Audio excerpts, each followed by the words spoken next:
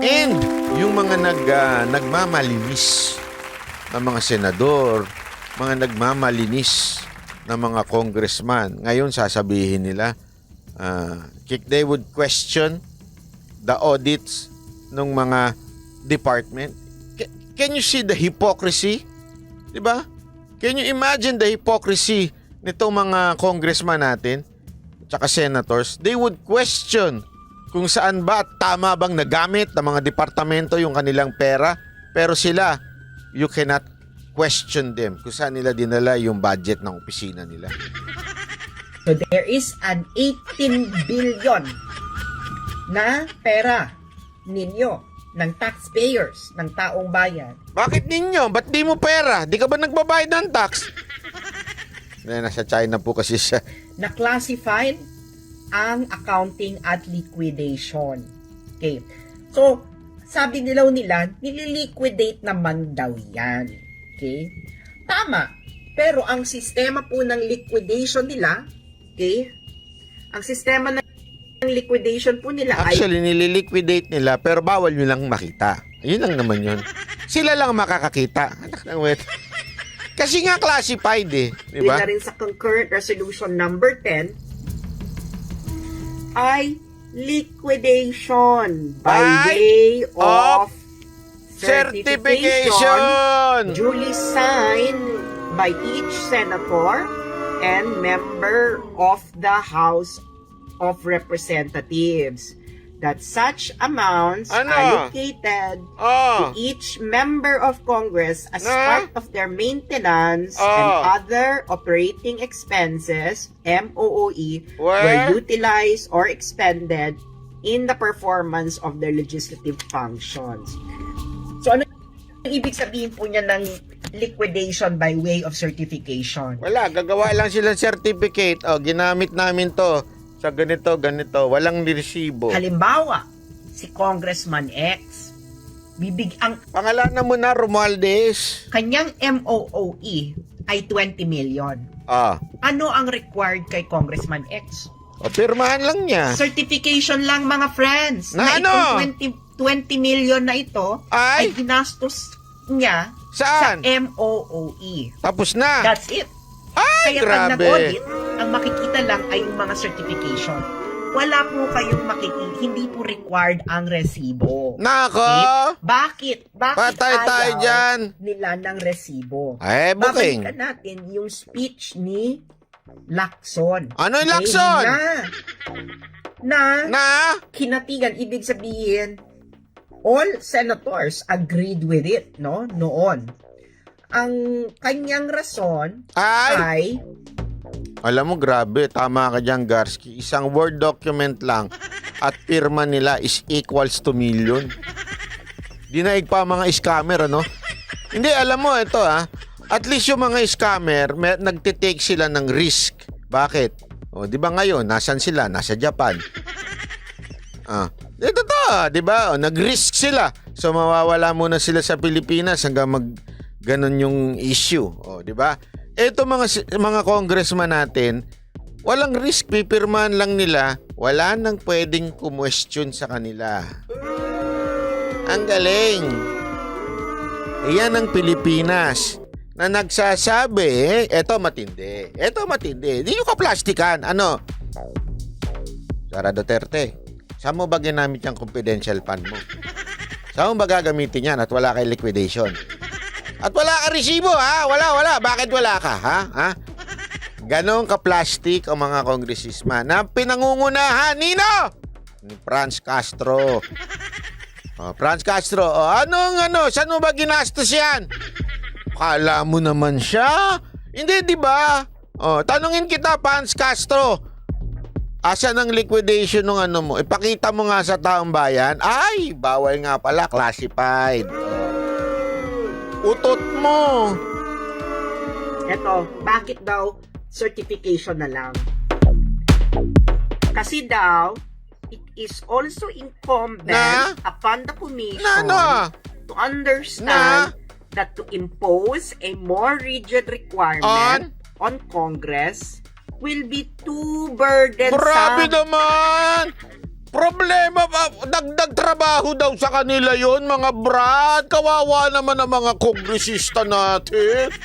Yung ipunin lang yung mga resibong ginastos nila, dagdag trabaho daw. Wawa naman sila, brad.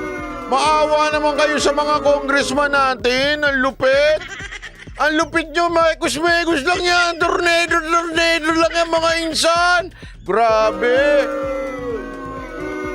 Ang lupit ninyo, mga congressman, ha? That it may hamper members of Congress in performing their Oh. legislative. Grabe yun. Hihingi mo lang yung resibo ng gastos mo. Ayaw mo pa, brad. Mekos-mekos lang yan.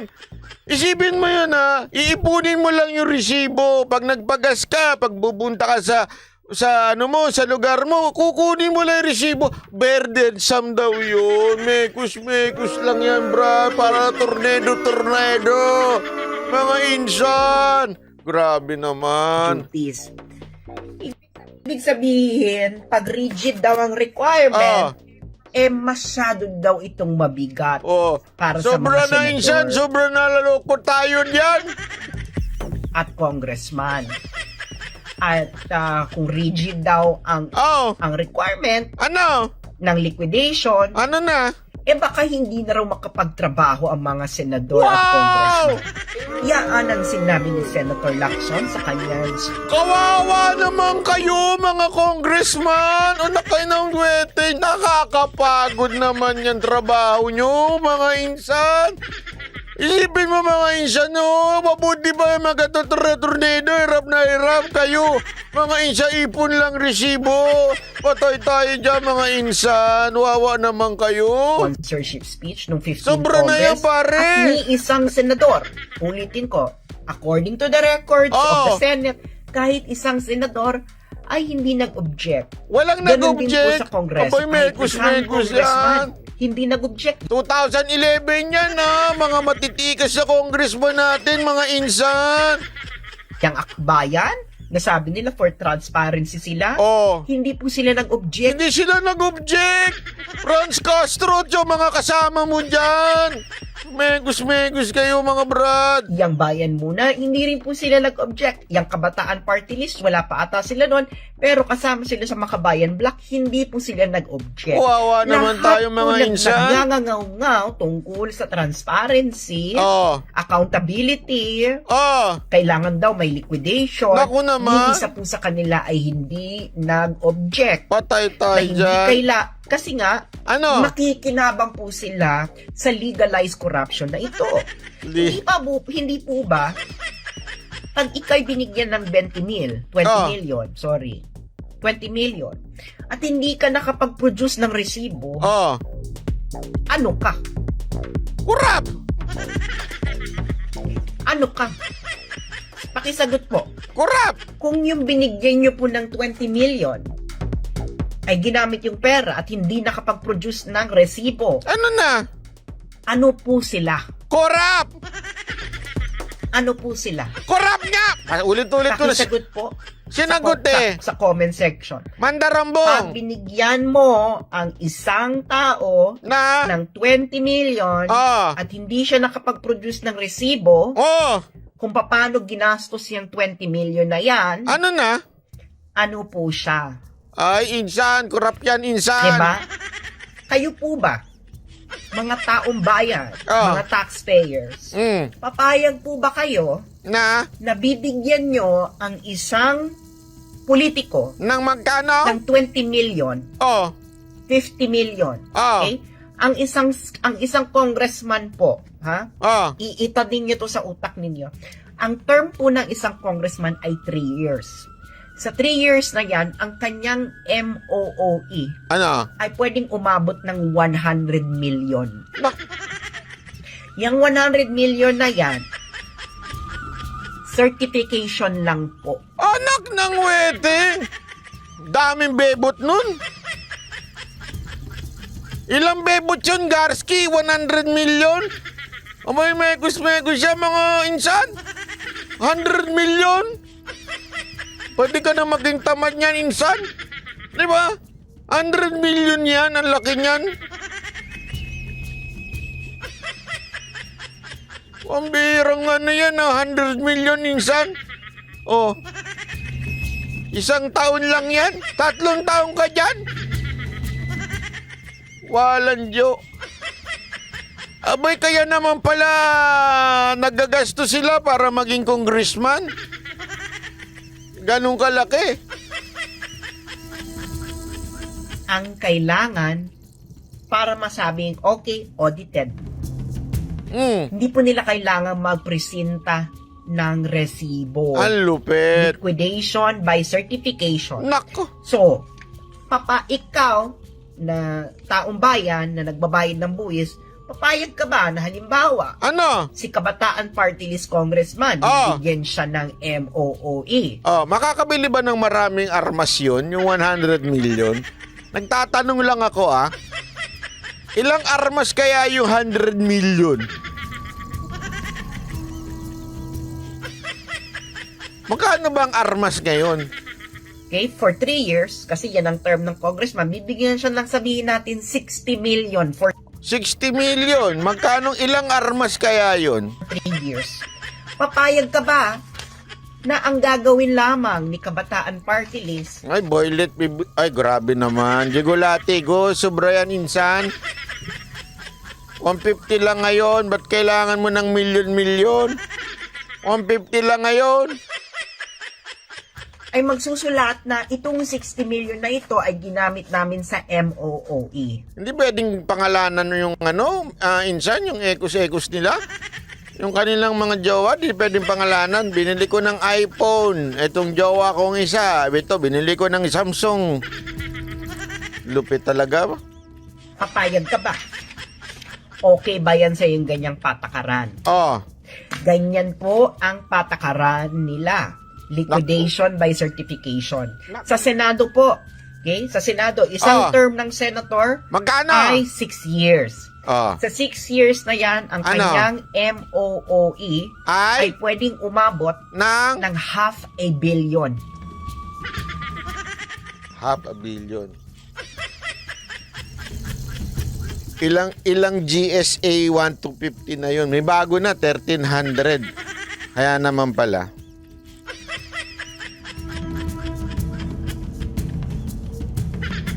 Muntik na ako mag-comment, di na nga. Ang swerte ni Jet Li. Hindi, bakit? Maganda yung motor niya. Kayo naman. Masyado naman kayo. Huwag ganun. Isang senador. For 6 years, 500 million MOOE. Papayag ka pa? Na? Ikaw, Na ano? na nagbabayad ng buwis. Oh. Taong bayan na nagbabayad ng buwis. Papayag ka pa ng isang senador ay bibigyan for 6 years na MOOE na pwedeng umabot ng 600 million. Ang sasabihin lang sa inang senador, ang 500 million na ito ay ginamit ko sa MOOE. Nako. That's liquidation by certification. Nako. Papayag ka ba niyan? Ako hindi ako payag. Sabihin nyo lang kung papayag kayo, Hindi ako payag dyan. May magagawa ba kami, Sas? o edi, huwag na kayo makisali dito sa aming pag-uusap. Hmm. Diba? That's legalized corruption. Nako. Hindi sila magbibigay, hindi required ang resibo up to the last centavo. Ngayon, yung iba naman dyan, sabi nila, sumasang-ayon sila kay Lacson. No? Nako. Sabihin na natin na burdensome. Mm. Sabihin na natin no, na burdensome Na? ang mag-liquidate na may resibo. Sabihin na natin. Napakahirap, sabi. Yun ang ibig sabihin ng burdensome. Sa gabal sa trabaho, napakahirap. Kaya hindi na dapat magbigay-bigay ng resibo, insan. Huwag kayo mag-tornado. Wala nang ganong tornado. Basta insan, okay na yung pirma mo lang, ayos na. Ayos talaga mga congressman natin, ano? Tsaka mga senator natin, ang tindi. Ay, lulupit nyo, kaya naman pala. Nagsisiksikan kayo dyan. Ay, hindi po totoo yan. Yan po isang malaking katarantaduhan. Ay, grabe Bakit? naman yan. Sas, mga Ang ating bunganga pong mo. sistemang pampolitika Oo. ay kinopya po natin sa United States. Ang Nako. Kongreso, ang Senado, ang House of Representatives natin at Senado, yung structure na yan, Mm. kinopya po natin yan sa United States. Eh, ano ba sabi? Ito po ang patakaran Sa? sa pinagkopyahan natin. Sige nga. Okay? Ito po ang website ng United States House of Representatives. Tingnan na natin. Mayroon po ditong section na nakalagay State of Disbursement. Ibig sabihin mga nagastos. Okay? Sabi dito, the Statement of Disbursement or SOD is a quarterly public report. Ibig sabihin every 3 months ay public Ano report. nga? Lahat ng resibo at expenditures ng US House of Representatives, members, committees, leadership officers, and offices.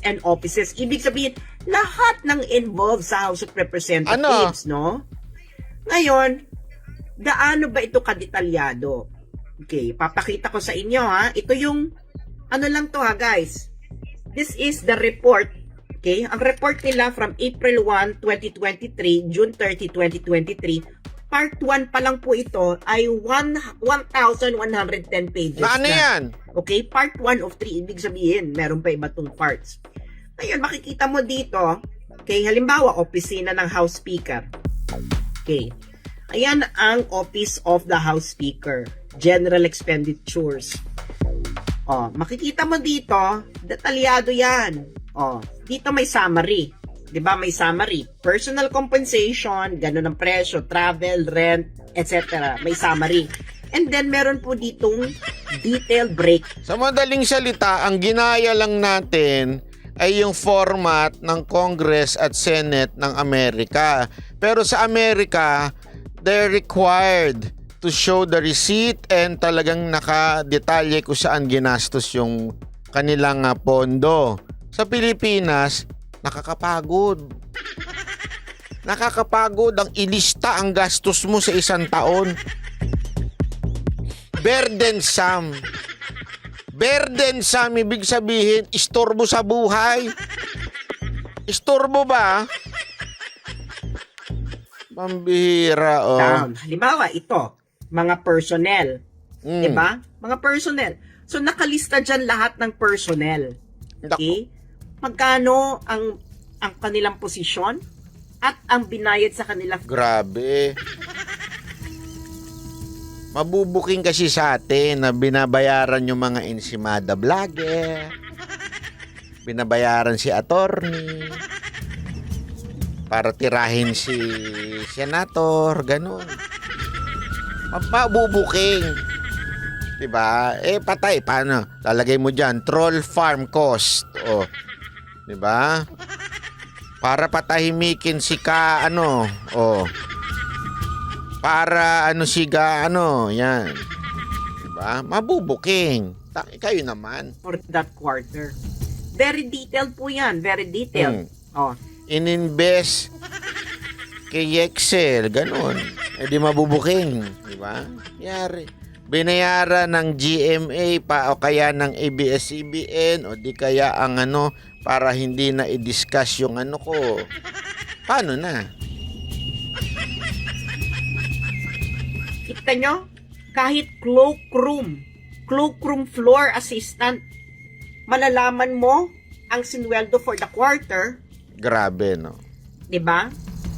At sino yung binayaran? Nako. Okay, ganun po kadetalyado. Okay? Oh, tingnan naman natin yung mga expenses. Oh, nakikita nyo yan? Oh. Grabe, pati taxi, oh. Kasi mahirap sa kanila, baka lagay natin, pag mga congressman natin, nalagay dyan, fake taxi. Yan, lagay dyan, oh.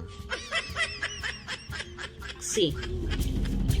Oh, nandun yung presyo. Ah. Meals, lodging. Oh, taxi. Wi-Fi. Grabe, pati Wi-Fi. Nakalista, insan. Napaka-greedy, insan, no? Diyan pati Wi-Fi use. $8 naka-record. Naku po. Oh. Makikita mo, 'di ba? Kung kailan ginastos, sino ba 'yan? Mm. 'Di ba? Nakikita niyo kung gaano kadetalyado 'yan. Taxi ride, oh. Nakataxi lang yung congressman. Taxi sharing, oh. Grabe, oh. Nakataxi lang yung congressman. Oh. So, paano masasabing burden? 'Di ba? Anong burden, 'di ba? O tingnan niyo, oh. $2. Oh. $2 Nakalagay. $2.69. Ano yun? Naka-record meals. Ah, grabe namang meals. May pagkain ba sa American $2 lang? 100? Mga gano'n, 150? Oh. Hindi kaya ano yun? Ibang pagkain nyo, 150? So, ibig sabihin mga friends, hindi totoo na mababurden sila. 'Di ba? Hindi totoo yan kasi may staff na nagli-liquidate. Ang totoo niyan, kaya ayaw nilang mag-liquidate up to the last centavo kasi nga legalize ang corruption. That's the truth. Kung ikaw na OFW, na domestic helper sa Hong Kong, pwede mo bang sabihin sa amo mo, pag binigyan ka ng, sabihin natin 1,000 Hong Kong dollars na pang grocery, pwede ba sa amo mo na magsusulat ka lang ng certification na yung 1,000 na yon ay ginamit mo for grocery? Baka gawin ng mga asawa yan. Oh, asan na yung sahod mo? Oh, eto, may certification ako. 15,000. Oh, eto. Nagamit ko. Saan mo ginamit? Sandali. Burdensome yan. Burdensome. Wag mo nang pakialaman kung saan ko ginamit yung 15,000, ha? Burdensome yan. Bawal ilista dito kung saan KTV ako kumain. Grabe. Pwede ba yun? Hindi ba? Magbibigay ka ng resibo up to the last centavo. Okay? Yung mga na-late po, i-replay nyo na lang mamaya, no? Pwede namang i-replay yan, no? So, ibig sabihin, hindi natin alam kung saan napupunta exactly itong 13 billion. Naku naman. Di ba hindi naman classified fund yan? Naku. Pero bakit hindi naman niya confidential fund, di ba? Pero bakit classified ang liquidation? It's because it's burdensome. Ako nasasagot sa'yo paulit-ulit. At accounting ng bawat isang senador at congressman. So, ibig sabihin, that's confidential fund. You know, meron tayong principle sa accounting, substance over form. Wow! Nakalagay sa budget ninyo, MOOE. Pero in substance, yaan ay confidential fund kasi ang kanyang liquidation at accounting ng bawat isang congressman ay classified. Therefore, it's like, in substance, it is actually a confidential fund.